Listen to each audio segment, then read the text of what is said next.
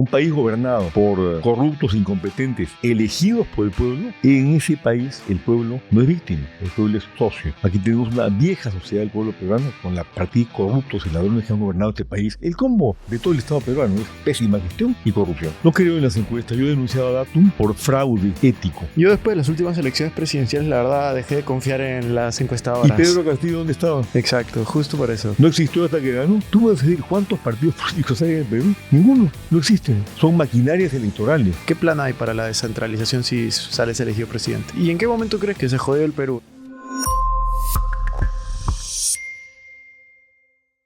Hola amigos, ¿cómo están? Bienvenidos a un nuevo episodio de Circo, un podcast en esta temporada política donde estamos entrevistando a candidatos presidenciales para la presidencia de Perú. Así que hoy tenemos a nuestro gran invitado, a gran Pancho Discanseco. Francisco, ¿cómo estás? Bienvenido. Muchas gracias por la invitación. Muchas gracias por estar aquí. La verdad es que estamos muy contentos de tenerte. Tú estás, como lo decías, por el Partido Perú Acción. Ahora vamos a hablar un poco de eso. Pero antes, una pregunta que le quiero hacer a todos los candidatos que se sientan aquí es, antes de entrar a política, ¿qué es un poco lo que has hecho, ¿no? Antes de la política. ¿Sabes lo que pasa? Que yo vengo de una familia de políticos. Yo veo mucho converso ahora, ¿no? Gente que ha hecho empresa y luego hace plata y decide que el próximo escalón es el presidente. Eso se ha vuelto frecuente, ¿no? Mi tatarabuelo, don Francisco Discanseco, fue presidente del Perú. Su hermano Pedro Discanseco fue 3 veces presidente del Perú. Tiene una famosa anécdota registrada por Basadre, cuando un contratista corrupto, Meix, le envió un cheque por 100.000 libras esterlinas, que son 20 millones de libras esterlinas de hoy, por la construcción del ferrocarril de Arequipa a Hilo. Y Pedro Discanseco devolvió, por supuesto, el cheque con una notita que decía destinatario equivocado. Cosa que yo hice cuando me levanté contra la estación de la banca que pretendió hacer García Pérez en el 87, y un personaje enviado por los banqueros me envió un maletín que me lo quisieron entregar en la tiendecita blanca. Me lo pasó así, de cuero, de chancho, bien bonito. Le dije, me quedo con el maletín, pero el contenido te lo devuelvo con la misma frase de mi antepasado, destinatario equivocado. Yo no recibo plata. Yo he sido, soy un empresario mediano. Inicié en la época de Velasco, que tuvimos que salir de Perú muchos porque no podías hacer nada, todo se estatizaba.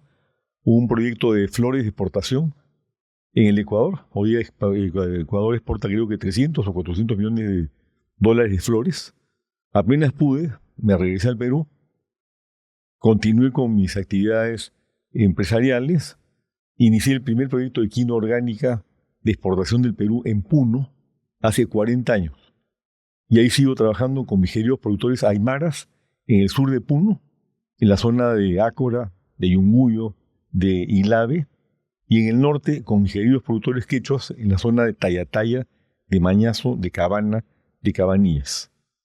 En el interregno soy además abogado, graduado en la Universidad Nacional Mayor de San Marcos. Me especialicé inicialmente en Derecho Tributario y luego en Derechos Humanos. Soy también periodista profesional. Yo arranqué como reportero del diario La Crónica a los 16 años, recién salido del colegio, y el sueldo que recibía se lo llevaba íntegramente a mi madre, viuda de don Manuel Seoane, número 2 y fundador del APRA, que fue en realidad, mi gran maestro político, porque parte del tema de la política, por eso te digo, no puedo decirte que lo he iniciado ahora, venía de mis antepasados. Mi abuelo fue presidente del Senado, fundador del Partido Liberal. Manuel Seoane, con quien se casó mi mamá, fue mi padre político. Yo viví con él en el destierro en Chile, en la embajada en Holanda, que estuvo como 2 años, ahí se quedó alojado Aida Torre 3 meses, con quien yo hice una gran amistad, era como mi tío, más que una relación política. Mi hermana Anel se casó con Andrés Townsend Escurra. Entonces, aunque yo pensé en un momento determinado no entrar en política, había pues demasiada sangre debajo de los puentes de carácter político que pudiera evitarlo, ¿no? Y finalmente terminé entrando en política con la convicción, que la proclamé en Chucha hace 10 años cuando fundé el partido, de que requiere el Perú una revolución, ¿no? Pacífica, sin sangre, pero revolución para terminar con la corrupción, que es una vergüenza, una grosera vergüenza hoy día en el país, con la ineficiencia en el manejo del Estado, con la absoluta insensibilidad social de los actores y, por supuesto, con los actos de violencia que están cada vez con mayor insistencia caracterizando a un país manejado hoy por bandas criminales. Esa era una de mis preguntas, porque tú mencionabas bastante lo de Revolución Pacífica. Entonces, si podías explicarnos un poco qué significa Revolución Pacífica, ¿no? Con mucho gusto. El tema es el siguiente. Yo creo que la palabra cambio está absolutamente desgastada. Todo el mundo habla de cambio y no cambia nada, ¿no?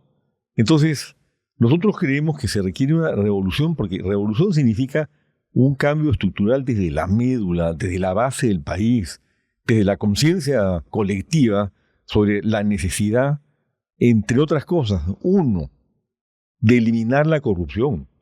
2, como consecuencia de la eliminación de la corrupción, llegar a un sistema donde haya seguridad ciudadana, pero sobre todo igualdad y oportunidades para todos.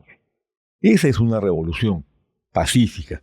Y lo hice en las alturas de Chuschi, donde fundé el partido, porque precisamente fue en Chuschi donde Sendero Luminoso lanzó su primera acción, en mayo de 1980. La contrapartida era la revolución pacífica, no la sangrienta de los maoístas de Sendero Luminoso, no la absolutamente obsoleta y retrógrada de estos maoístas que con una nueva constitución pretendían cambiar el orden de cosas para traer ese tipo de orden que ha generado la caída de Venezuela, de Nicaragua, de Cuba, etc. No, una revolución moderna, una revolución que por un lado le dé al Estado el papel que debe tener, que no tiene, y por otro lado le dé las seguridades y el aliento al sector privado, que evidentemente es el motor del desarrollo económico. Yo soy un empresario privado. Acá viene un tema que tú mencionas. Has mencionado varias ciudades de fuera de Lima. ¿Cuál es tu plan para descentralizar un poco el país? Antes de que vinieras, estaba entrevistando a desarrolladores inmobiliarios y gente del tema inmobiliario. Justo hablaba, ¿no? Yo viajo bastante por trabajo y voy a países como Colombia y veo que tienen 5 o 6 ciudades muy relevantes en el país. Relevantes no solo económicamente, sino con desarrollos, edificios, ¿no? Y es algo que en Perú no necesariamente se ve más allá de Lima, quizás Arequipa. ¿Qué plan hay para la descentralización si sales elegido presidente? Mira, el tema es el siguiente. El primer intento lo hizo García Pérez en su primer gobierno, convirtiendo los departamentos en regiones. Después subsumieron varios departamentos en una sola región. Como yo lo dije en su oportunidad. Por ejemplo, la región La Libertad, San Martín, ni siquiera hay una carretera hasta hoy que conduzca de la capital de San Martín, Tarapoto o Mayobamba, hasta Trujillo. Ni siquiera hay eso. Eran zonas desintegradas. Pero tiene que haber, para comenzar, en descentralización varias cosas que no se consideran. La integración de infraestructura. Segundo lugar, el reconocimiento de que el Perú es un país donde hay 46 lenguas, 46 culturas, que todavía no está integrado. ¿Qué conexión tiene un guaraní? ¿Tú sabes que hay guaraníes en Yurimau? No. Siglo XVIII los españoles hicieron un mitimae, trasladaron estos aguerridos guerreros guaraníes desde el Paraguay hasta Yurimau. ¿Y qué conexión tienen con los aymaras? Cero. Entonces tenemos que integrar esas lenguas y esas culturas en un solo país que está desintegrado. Es parte de la descentralización. En tercer lugar, el error que se ha cometido es darle ingentes recursos a las regiones, por ejemplo el canon minero, que debería haber convertido a Cajamarca en la región más rica del Perú, y se le han robado una partida de ladrones o no han sabido administrarla. Porque ese es el combo, ¿no es cierto? Saben robar 25 millones de soles al año, según la Contraloría. No saben administrar. 20.000 millones se pierden en proyectos mal ejecutados, según el Banco Central de Reserva. Y en el camino se quedan otros 20.000 millones del presupuesto de la República sentados en el Banco de la Nación. Entonces, el tema es, sí, se les tiene que dar los recursos, pero simultáneamente tiene que haber dos cosas. Capacitación para el manejo de los recursos, que nunca se dio, y el control concurrente de la Contraloría General de la República, que recién se ha comenzado a dar hace unos años, pero que antes no ocurría. Entonces, ¿qué pasaba? El combo de todo el Estado peruano es mala gestión, pésima gestión y corrupción. Entonces, eso se ha puesto en evidencia de manera visible, notoria, en la región. Pero ¿cómo se soluciona el problema de corrupción? Porque tú dices lo de revolución pacífica, sacarlo de raíz, pero yo veo la corrupción, o sea, metida en todos los estratos, entonces es un tema casi cultural. Entonces, ¿cómo se soluciona eso? Mira, cuando yo integré la mesa del diálogo de la OEA hace unos 25 años, planteé la formación de una Comisión Nacional Anticorrupción. Después de 25 años, todas estas comisiones han sido un fracaso. Hoy existe la Comisión de Alto Nivel Anticorrupción, presidida por el presidente de la República, que se mete a los chifas enmascarados porque no lo pueden reconocer en los negociados que está haciendo. No funciona. El planteamiento que yo he hecho ahora y que es parte del plan de gobierno Mano de Hierro, así se llama, de mi partido, es muy claro. Crear un organismo de control externo, denominado Consejo Nacional de Moral Pública. Estará integrado por personas probablemente intachables. Se le va a revisar a los que se presenten como postulantes hasta el pañal que le pusieron cuando recién nacieron. Como se hace en Estados Unidos. Tú sabes que los vocales supremos norteamericanos son de por vida. Le chequean todo. Los propone el presidente de la República y los nombra el Senado. Acá no. Nosotros los proponemos al Perú y vamos a hacer un referéndum popular para que los elijan. Los elige el pueblo. Yo creo que, como señala George Orwell, un país gobernado por corruptos, incompetentes, elegidos por el pueblo, en ese país el pueblo no es víctima, el pueblo es socio. Aquí tenemos una vieja sociedad del pueblo peruano con la partida de corruptos y ladrones que han gobernado este país desde 1990 o desde 1985. Porque Belaúnde fue un hombre honrado, pero estaba rodeado de una serie de pícaros. Entonces, el tema ahora es que esta institución, que vamos a crear por decreto de urgencia si ganamos las elecciones del 29 de julio del año entrante, va a tener como primera misión votar a los corruptos de la policía, de la fiscalía, del Poder Judicial y del INPE para asegurar el otro tema central que es la inseguridad ciudadana. Con gente intachable, probablemente intachable, refrendada por el voto popular para que no dependan de nosotros como gobierno, como espero que seamos gobierno el 28 de julio del año entrante, pero simultáneamente con cláusulas de un proyecto de ley que ya está elaborado para que se les pueda sacar si se convierte, como pasa a veces, también ellos en corruptos o no cumplen con lo que sea. Entonces, es el primer paso para derrotar la corrupción en el Perú. Te pongo un ejemplo. La Oficina Anticorrupción de Singapur le dieron plenos poderes. Singapur es una ciudad-estado donde no hay corrupción. ¿Qué hizo el gobierno británico cuando todavía gobernaba Hong Kong antes de que lo tomaran los chinos? Envió un comisionado y barrieron con los corruptos. ¿Qué hizo Elon Ness en Chicago? Que el dueño era Al Capone. Ness y 3 más del FBI se tumbaron una estructura por la cual Capone manejaba al alcalde, toda la ciudad la tenía manejada. Y lo agarraron por el lado de que no paga impuestos. Adentro de 10 años, chao, salió Capone. Necesitamos gente intachable manejando esa institución. Vamos a procurar que así sea. Y de esa manera empezamos a barrer con la corrupción. ¿Por qué? Porque las OCMAs, los órganos de control interno, están manejados. Todo está manejado, como tú dices. Aquí es lo que se llama una corrupción sistémica. Y para terminarla, un organismo de control externo. Ese es el eje central de la lucha contra la corrupción que nosotros iniciaremos el 28 de julio del año entrante. Francisco, si de tu plan de gobierno solo pudieras hacer uno de los proyectos que tú dices es emblema y es el que quiero sí o sí hacer, ¿cuál sería? Hay varios.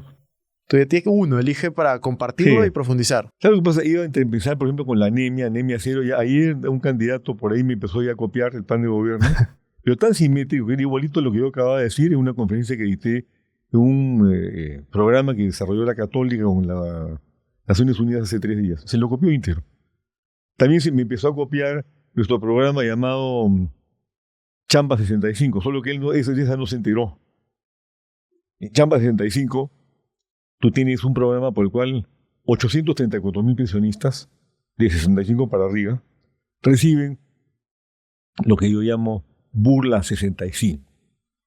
175 soles mensuales.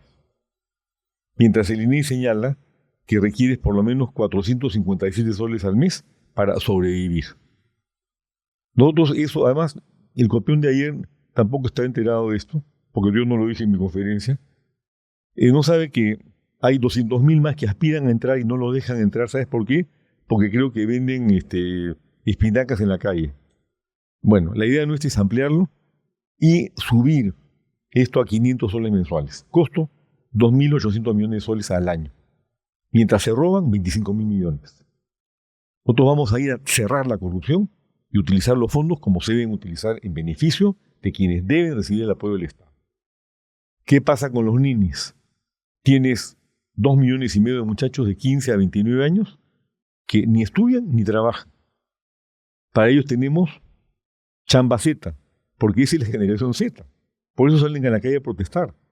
No, que los Zetas que son de... No, señor, legítima protesta en un escenario donde no hay horizonte. Pero en ambas chambas, ¿por qué le hemos puesto chamba?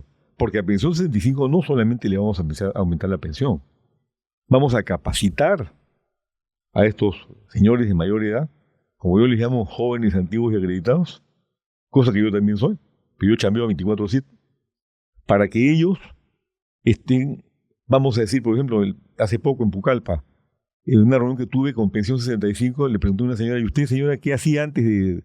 Me dijo, yo estoy en mi casita, me dan mis 175 soles al mes, o sea, 350 bimensuales, me ayudan mis hijos, mis nietos.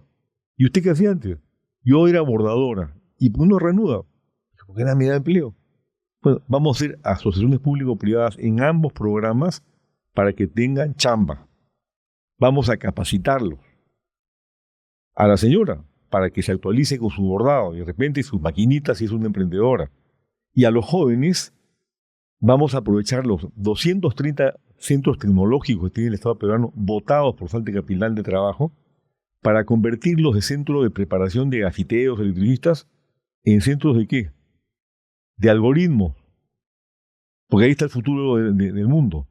Que aprendan a manejar bien sus computadoras, que aprendan a desarrollar apps. O sea, todo lo que significa esa tecnología que ha cambiado el escenario mundial, porque hoy día se habla de tecnooligarcas, ¿no?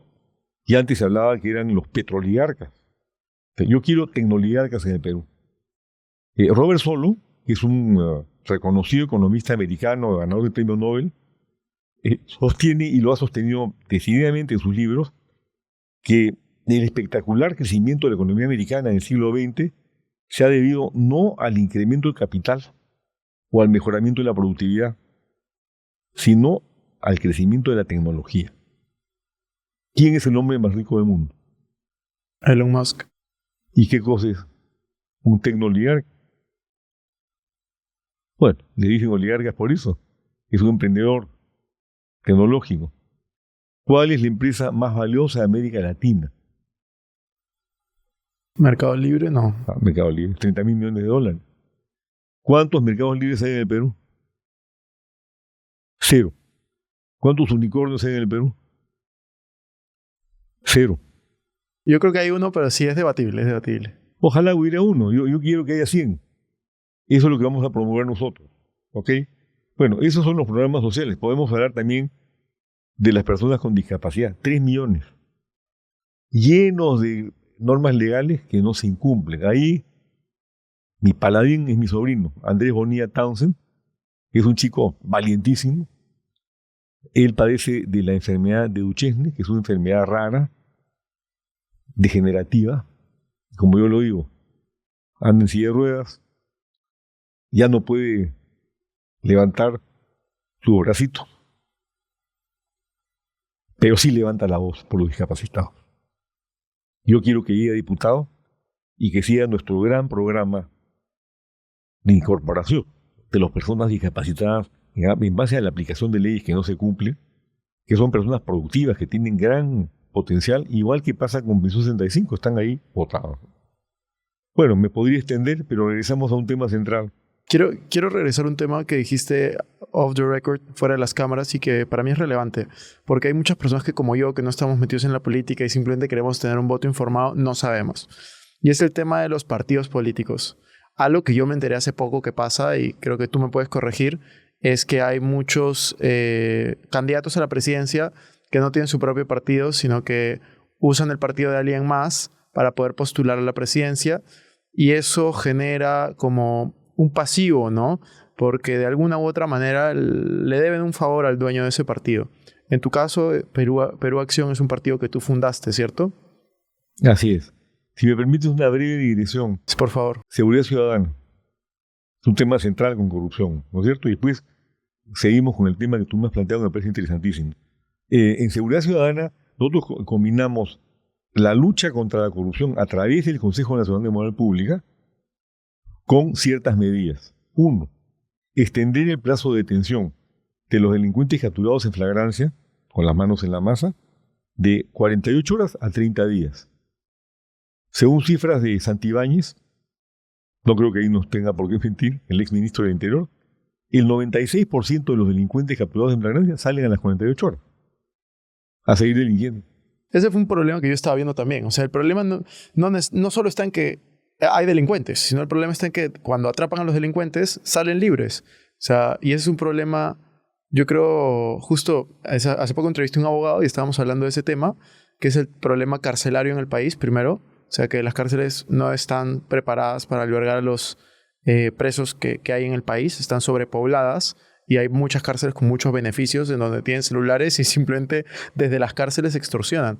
Y luego está el tema judicial, que puede tardar mucho tiempo, no se les condena. Entonces, ¿qué clase de reforma tú planteas para eso? Porque no es solamente capturarlos. Me parece bien la propuesta de tenerlos 30 días si es que los han encontrado en flagrancia. Pero, ¿qué hay del tema judicial? Te paso a explicar. El fondo de todo es corrupción. La idea nuestra es, primero, el Consejo Nacional de Moral Pública, para ir votando a los corruptos de las 4 instituciones. Y vamos a llegar al INPE, y mucho más grave que lo que tú acabas de mencionar. Luego, avanzas, se les captura, se quedan 30 días adentro. Ya va a ser mucho más difícil para los policías, fiscales y jueces corruptos, que felizmente son una mayoría, pero actuante, soltarlo. No son 48 horas, ya no puedes decir, tú sabes qué cosa, no hubo tiempo, tienes 30 días.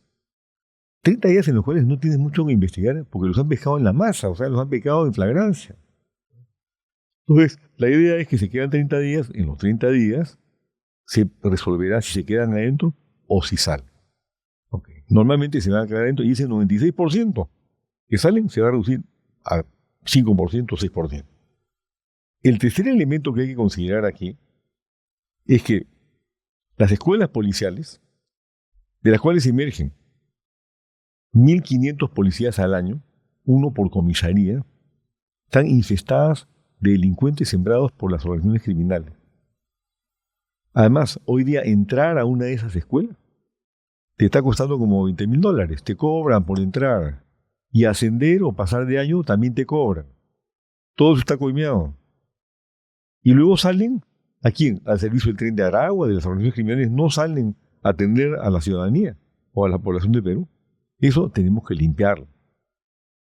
¿Qué pasa con el INPE? Yo tengo en plan de gobierno a 2 ex altos funcionarios del INPE.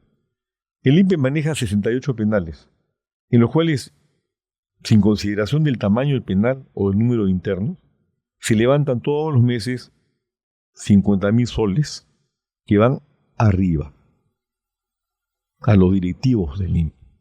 Nadie dice, esta palabra es mía, porque estamos hablando de cerca de 40 millones de soles al año. Por eso es que cuando Gerí va y hace su requisa de celulares, yo miraba y decía, pero esto es una burla, porque mañana le van a dar un iPhone 21 o 30 a cada uno. Porque además en el INPE hay un banco. El banco de los criminales, que se prestan plata entre ellos. Todo a vista y paciencia, porque están todos coimeados. Entonces eso hay que limpiarlo. ¿Te das cuenta? Lo que pasa es que aquí no se está midiendo y no escucho a nadie que hable de corrupción. Sí, limpiamos la corrupción. Nosotros hemos estudiado a fondo el tema. Estamos planteando por eso una medida enérgica y real, ¿no es cierto?, que ha tenido éxito en otros países, pero no en la forma que lo estamos planteando nosotros. Ese es ¿cómo te puedo decir?, un planteamiento nacional, ¿no? Lo votamos. Entremos a votar. Y el INPE tiene que hacer una limpieza total. Está todo manejado. En la policía. Mira, yo acabo de tener una experiencia en la carretera, me destruyeron el carro, y si te contara todo lo que he visto ahí, directa, a mí nadie me la cuenta. En otra oportunidad, me invitan a un centro comercial, prefiero por razones de seguridad no mencionar el nombre, al final se acercaron unos comerciantes y me dijeron, nosotros le pagamos por el tren de Aragua. Y cuando yo le dije, ¿y por qué no denuncian a la policía? Me dijeron, porque el cobrador es un policía. A eso hemos llegado. No nos hemos dado cuenta que aquí no hay un narcoestado. Este vendría a ser una suerte de minero narcoestado si consideras que la mitad de los 12.000 millones de dólares que exportó el Perú el año pasado fue exportada ¿por quién? Por los ilegales.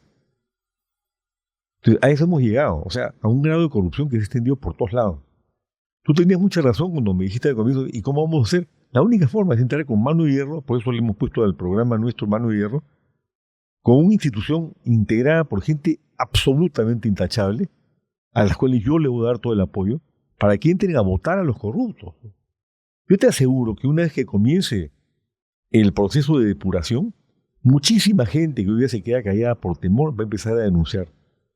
Y se le va a empezar a derrumbar el edificio. Como pasa con todos los casos en los cuales hay corrupción sistémica y en los cuales, por supuesto, este edificio, al final de cuentas, está construido sobre barro. Un barro que parece muy sólido, pero cuando tú haces temblar el edificio y cuando la gente realmente se revela y se siente respaldada, ¡pah!, se cae. Y eso es lo que pretendemos hacer nosotros. Me parece interesante. Y volviendo a los partidos políticos... Ah, eso iba a volver. Sí. Mira, acá no hay partidos políticos. Yo he fundado lo que creo que es un partido político.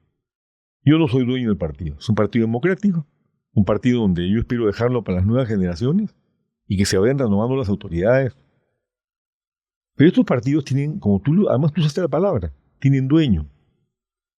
Cuando yo me inicié en política, no había dueños, había líderes.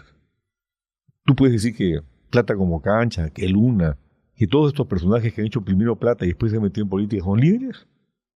Tipos que no tienen ningún tipo de carisma, normalmente sumamente ignorantes, o que no siendo tan ignorantes y lo hacen todo con plata, comprando encuestas, comprando conciencias, comprando periodistas, comprando medios de comunicación. Ahí no hay liderazgo, ahí hay dueños, pues.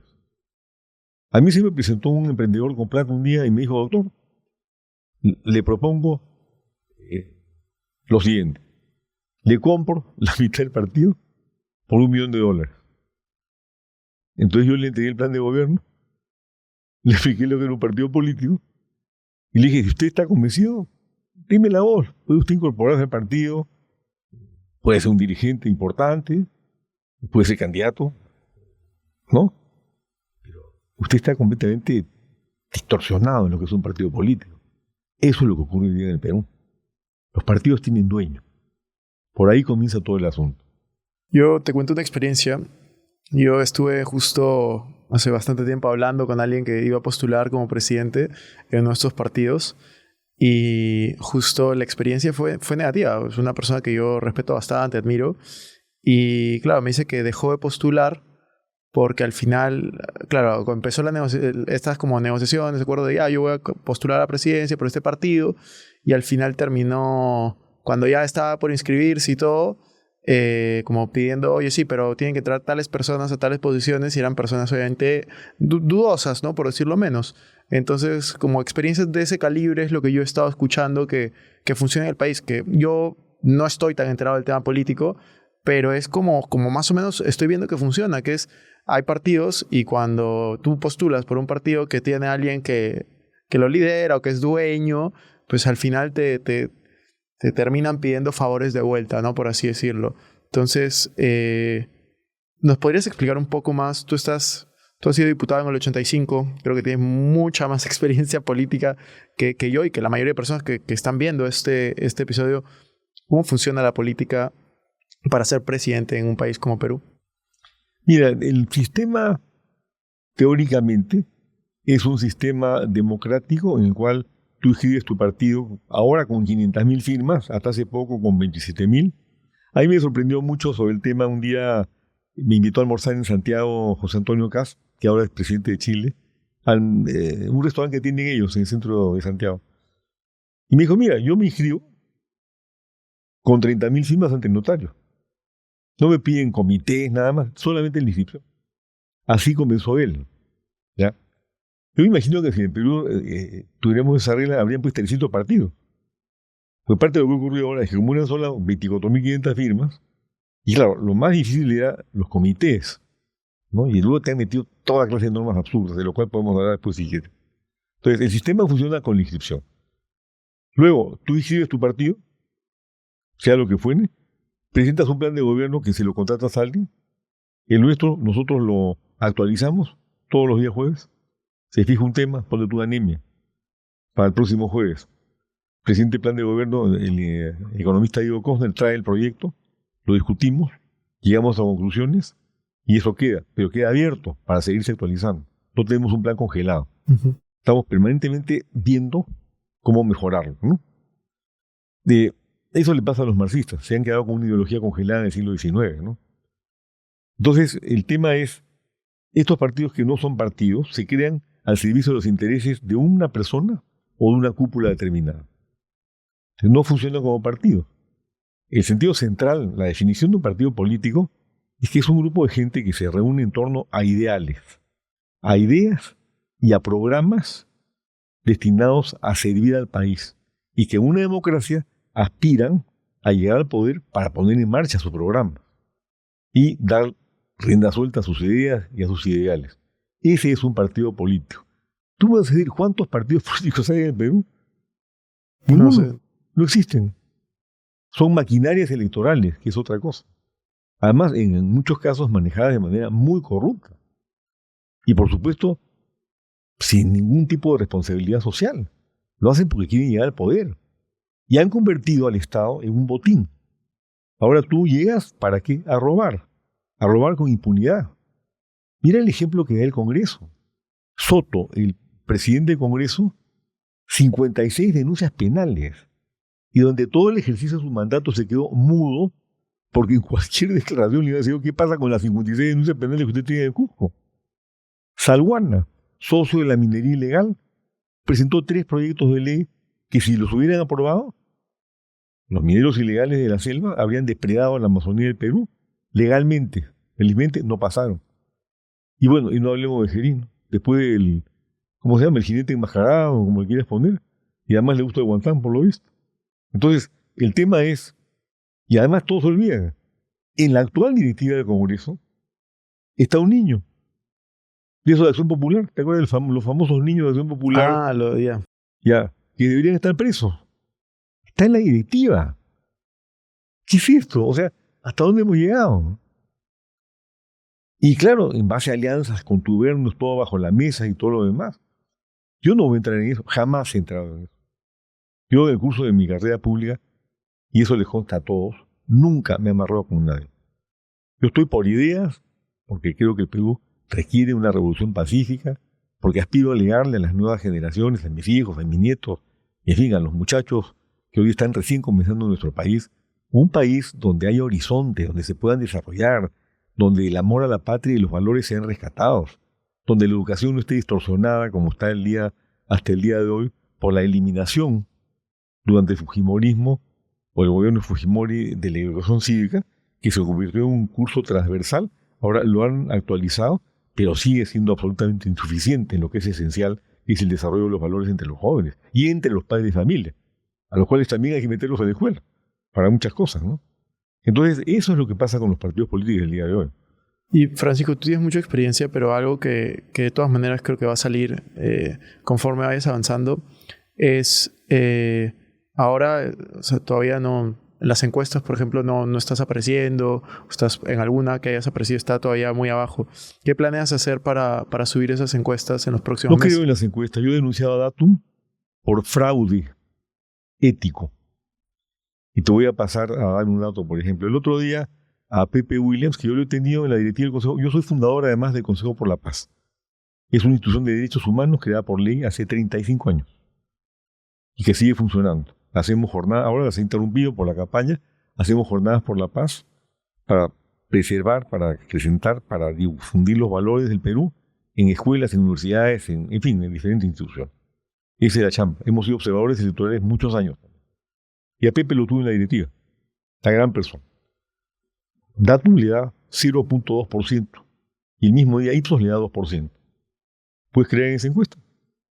Yo personalmente no creo en ninguna de las dos encuestas. No, pero te pregunto, ¿son creíbles? Te voy a decir, a raíz de que Datum, hace 2 semanas o algo así, me puso en su encuesta con 0. O sea, ni yo votaba por mí. Cero, ¿ah? Entonces yo me puse a investigar algo que ya sabía, porque a mí ya me han venido a cobrar las encuestadoras en otras elecciones. La tarifa era $5,000. Y lo digo. Y entonces descubrí lo siguiente. A nivel internacional, hay dos entidades, tienen largos nombres por los cuales no te los puedo, pero lo tengo aquí en el celular, repetir, que regulan la ética de las encuestas. En el Perú no hay ninguna regulación ética. La única regulación es que tú no puedes publicar tu encuesta sino hasta una semana antes de las elecciones. Y en el camino puedes hacer lo que te da la gana. Segundo punto, tú ves la encuesta y descubres varias cosas. Si no te ponen en la cartilla, no existes. ¿Y por qué te ponen en la cartilla? Por coima, por interés económico, porque algunas encuestadoras sirven a grandes empresas que tienen grandes intereses y les interesa que gane fulano o sutano. Por ahí funciona. Entonces, si no estás en la cartilla, no existes. Si hay algún tipo de simpatía, hace lo que ha hecho con Pepe Williams. Que Datum le pone .2, no simpatiza, Ipsos le pone 2. El otro tema, tienen un rango de error del 2.8%, para arriba o para abajo. O sea, si tú tienes 2% en Ipsos, puedes tener 4.8 o puedes tener menos 0.8. En el rango puedes tener 0.2. Obviamente que ha hecho Ipsos con Williams, lo ha subido. O que ha hecho Datum con Williams, si es que no le cae bien, lo ha bajado con su rango de error. Siempre he jugado con eso. ¿Ya? Y de acuerdo a estas entidades que yo he consultado, eso es impublicable e inaceptable estadísticamente en cualquier lugar del mundo, solamente en el Perú.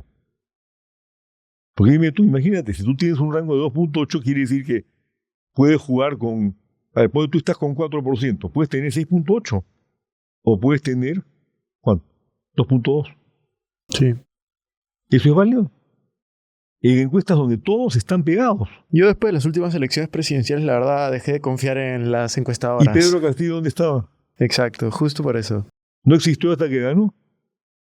¿Te das cuenta? Entonces, a mí, y cuando me han pasado la bolsa, hasta luego, señor, yo no, además no juego con eso. Yo estoy trabajando por mi país de la manera más honesta posible. Yo soy un empresario mediano que chambeo y produjo con mi trabajo. Tengo el reconocimiento de ser el primer iniciador, el pionero de la producción de quinoa orgánica de exportación en el Perú. Hace 40 años que trabajo en Puno, no en el escritorio.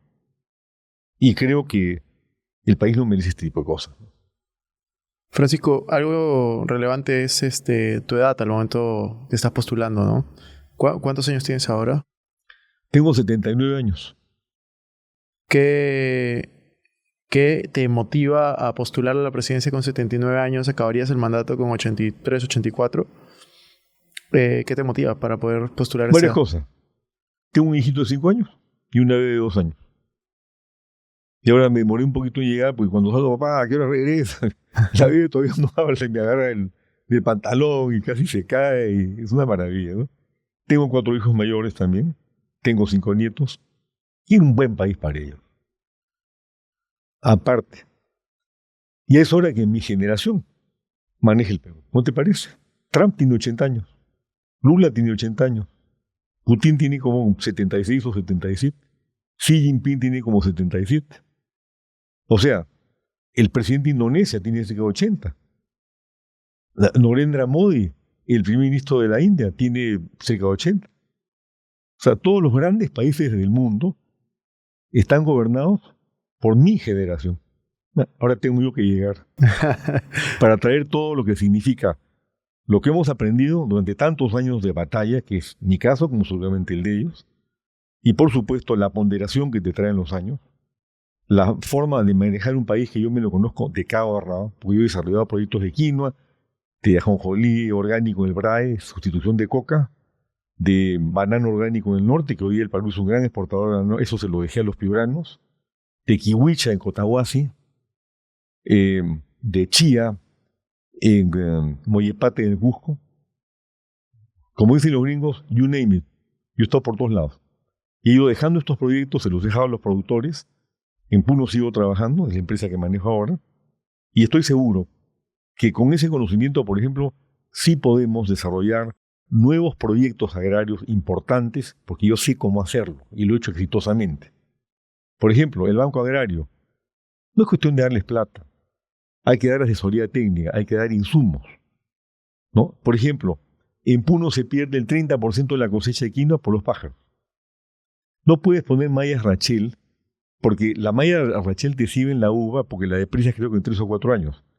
Pero la quinoa, que es un cultivo anual, no te da para eso. Pero si hay métodos desarrollados en Holanda y en España que yo he tratado de llevárselos a Linía de Puno, no le dan bola. ¿Tú sabes hace 4 años cuál es el presupuesto de Linía de Puno para la quinoa?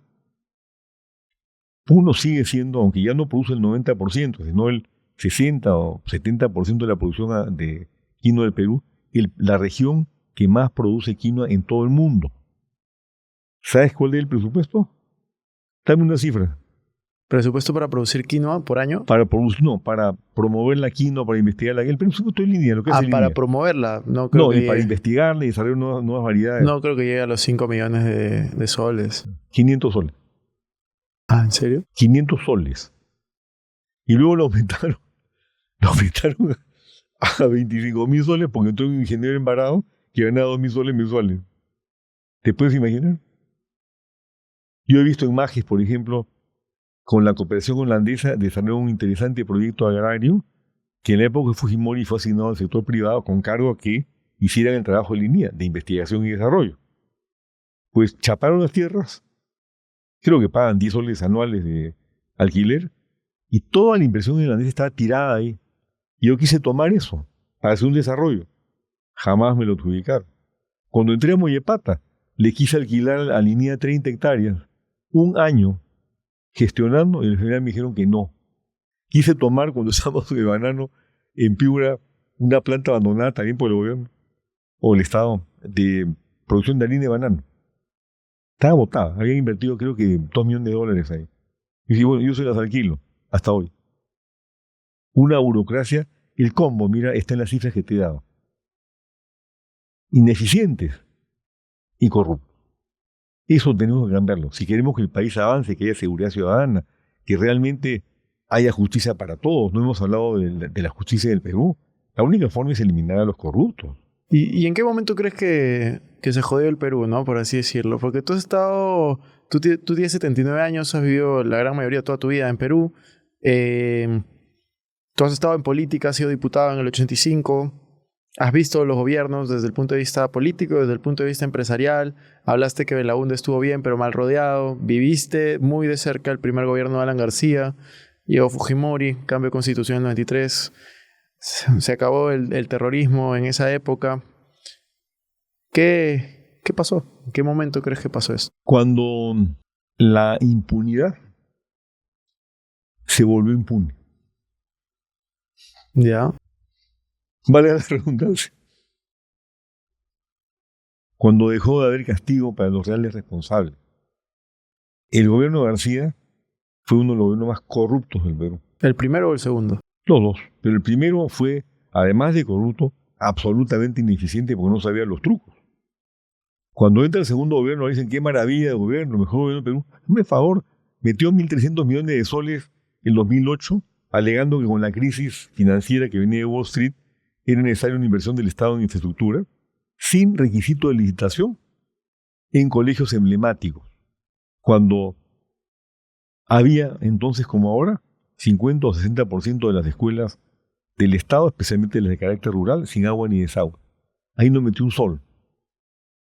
Pero sí le puso un nuevo auditorio con una inversión de 20 y tantos millones de soles al Colegio Alfonso Ugarte, porque por ahí pasan miles de personas que son electores.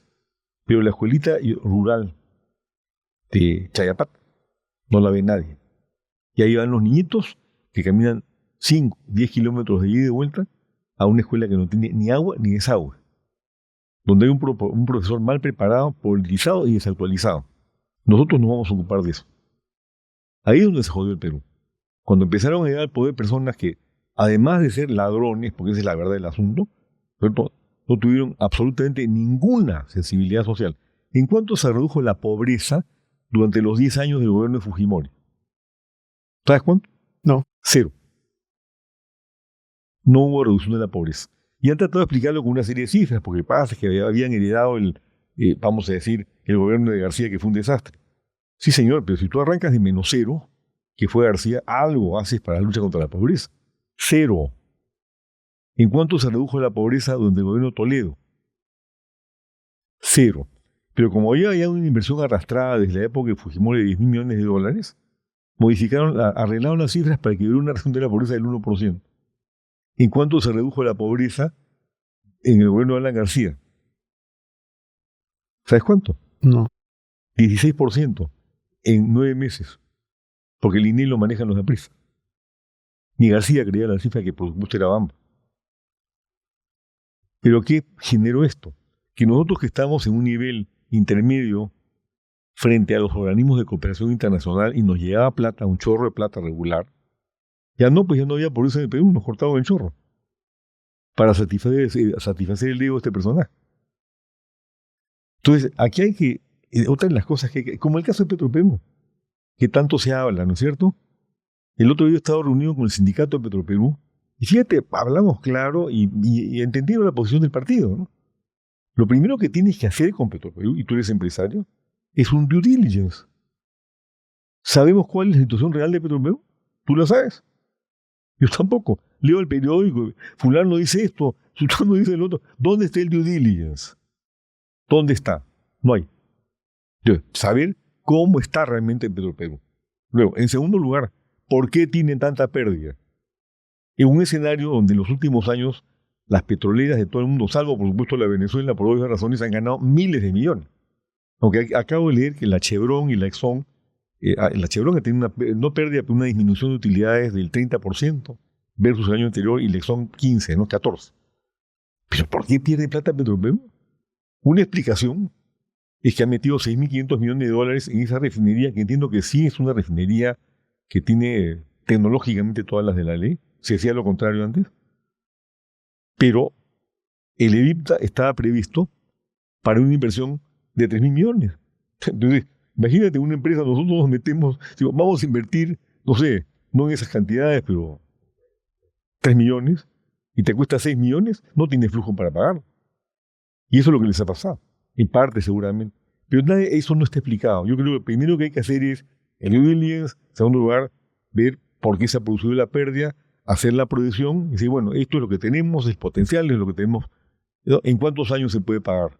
¿Qué activos hay que vender? ¿No? Porque seguramente no te puedes seguir endeudando para seguir pagando deuda, ¿no? Y al final pues te conviertes en un escalero. Entonces eso es lo que se tendría que hacer ahora. Y ahí defines. A mí me gustaría una asociación público-privada, donde el manejo lo tenga el sector privado y donde estén libres de cualquier intervención del Estado. Es del Estado, pero no es del Estado. Entonces te libras del tema político, de las presiones y todo lo que ya sabemos. Te quiero hacer algunas preguntas de sí, no, que pretendo hacer a todos los entrevistados. A ver. Sí, no, y luego puedes explicar un poco. Intentemos decir sí, no. Cambio de constitución. No. Perdón, déjame explicar. Modificación de la Constitución, sí. Para crear el Consejo Nacional de Moral Pública. Nosotros consideramos que la Constitución establece un régimen de economía social de mercado que no existe en el Perú. Uh-huh. Hay que aplicar la Constitución para que haya una economía social de mercado y salir de la economía mercantilista que existe el día de hoy. Y de repente cambiar ciertos rasgos del régimen económico para poder... Imagínate, el oro ya bajó, ¿no? De 5.000 a 4.600 la onza, pero cuando se hicieron los contratos de minería de oro estaba de $200. Pues por más que tengas tú el cano y el impuesto a renta y lo demás, ahí debería negociarse con las grandes mineras de oro un mejoramiento de los contratos a favor del pueblo del Perú, dentro de un contexto por el cual los gobernadores no se llenen los bolsillos mientras el pueblo no recibe un cobre, ¿no? Total. Segunda pregunta. ¿Promover la inversión china en Perú? Es un riesgo político. Los chinos no invierten sin su ángulo político. Los chinos, por ejemplo, cuando compraron las Bambas, que la Glencore tuvo que venderles porque era su principal cliente de cobre y no les quedó otra alternativa, prescindieron del mineroducto, convirtieron esa carretera en un pase de 200 camiones y se generó un problema social de la patada, ¿no? Entonces, eso sí, pero bien medido. Endeudamiento con Estados Unidos. Yo creo que si estás hablando de endeudamiento a nivel exclusivamente de carácter financiero, todo tiene un tope. O sea, no te puedes endeudar ilimitadamente. Hablo como algo de escala, estilo lo que hizo la Municipalidad de Lima en este gobierno, pero algo más grande, ¿no? A nivel Perú. Yo lo sé, inaceptable. Subir sueldo mínimo. Siempre y cuando se aumente la productividad. Y acá simplemente se sube el sueldo mínimo y no hay productividad al costado. ¿Qué hace con eso? Es un engaña muchacho, ¿no es cierto? Esta pregunta te la voy a hacer voy a poner contexto. Hay un candidato que en una entrevista dijo que quería mover la capital de Lima me parece que fue a Junín. Entonces te quiero hacer la pregunta, ¿tú propondrías mover la capital de Lima? Creo que ese candidato, que sabemos quién es, dijo esto en el seno de una efervescencia demagógico-populista durante un meeting en Huancayo. ¿No? Ahí queda. O sea, no. No. Okay. No se trata de mover físicamente la capital. Se trata de descentralizar. Pero no descentralizar, como lo hablamos hace un rato, simplemente dando de la plata a los gobiernos regionales. Descentralizar dándoles asesoría técnica. Descentralizar procurando que el control concurrente al que ahora puede acceder la Contraloría realmente ocurra, pero con gente honesta. Porque se van a la región y ahí se los coimían a todos y ahí terminó el incidente. Bueno, sería largo explicar qué es lo que hemos pensado hacer nosotros sobre el tema. Pero básica y esencialmente de eso se trata. Esa es la descentralización real. No decir, oye, me llevo a la capital allá arriba, ¿a dónde se la quería llevar? A Huancayo, ¿no? A Junín, creo. A Junín. Ahí me quedo. Y la última pregunta de sí o no era vacancias presidenciales. ¿Qué opinas de las vacancias presidenciales? ¿Estás de acuerdo con las vacancias presidenciales de los últimos, creo que son 8 años? Mira, lo que pasa es que vivimos en un escenario de oportunismo, de improvisación, que es lo que ha conducido a la crisis por la cual estamos atravesando. Lo que yo sí creo es que se tiene que modificar la Constitución para que al presidente de la República se le pueda iniciar la acción. En realidad, la Constitución lo establece. Tú puedes investigarlo, no lo puedes acusar. O sea, la Fiscalía toma, investiga y se queda ahí. Luego, el Tribunal Constitucional ha sacado una nueva por la cual ya no puedes ni siquiera investigarlo. Yo te pregunto una cosa. Fíjate, ¿qué pasa si el presidente de la República, en un acceso así como se le ocurre a alguien, no sé, esconder 30.000 soles en el baño, cosa que ha ocurrido, le pega un balazo a alguien y mata a alguien en el seno de Palacio de Gobierno? ¿Qué hace? Si mata a alguien en el Palacio de Gobierno, el presidente debería ir preso, ¿no? No, pues no lo puedes investigar. No puedes. ¿Te das cuenta del absurdo?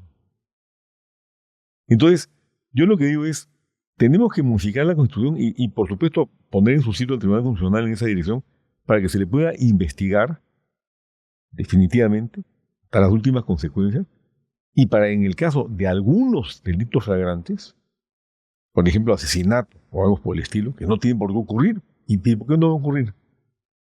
Cuando la naturaleza humana es como es y hemos tenido la calidad de presidentes que hemos tenido. Ese es otro problema, ¿no? Se va a la Suprema, pues. Eso se tiene que modificar. No puede haber una inmunidad total durante el ejercicio. Por otro lado, el argumento en contra es que si tú no le das la inmunidad total, la inestabilidad que hemos tenido durante todos estos años va a ser todavía peor. Pero acá se está utilizando el tema de la falta moral, de la inmoralidad permanente, como le da la gana. Tú le metes eso, chavo, y te lo tumbas con 2/3. Entonces, eso demuestra otra cosa que es fundamental y que nosotros creemos que todos lo arreglamos con leyes. Pero lo que necesita es que la conciencia ciudadana crezca, que nuestros electores comprendan que se tiene que votar no decidiendo el voto en la fila de votación, sino un voto bien pensado.